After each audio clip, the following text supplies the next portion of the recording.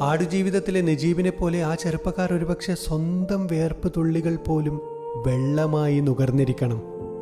Saudi കിഴക്കൻ പ്രവിശ്യയിലെ ഫുഫൂഫിന് സമീപം 27 വയസ്സുകാരനായ തെലങ്കാന സ്വദേശി ഷഹസാദും സഹപ്രവർത്തകനും വഴിതെറ്റി വണ്ടിയിലെ പെട്രോൾ തീർന്ന് മരുഭൂമിയിൽ അകപ്പെടുന്നു.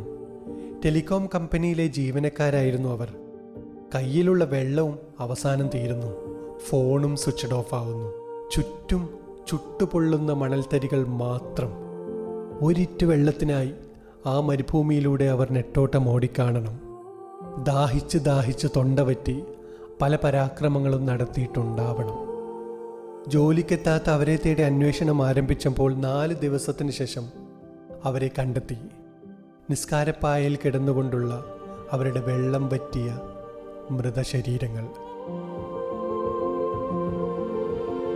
ഈ ദൂരയാത്ര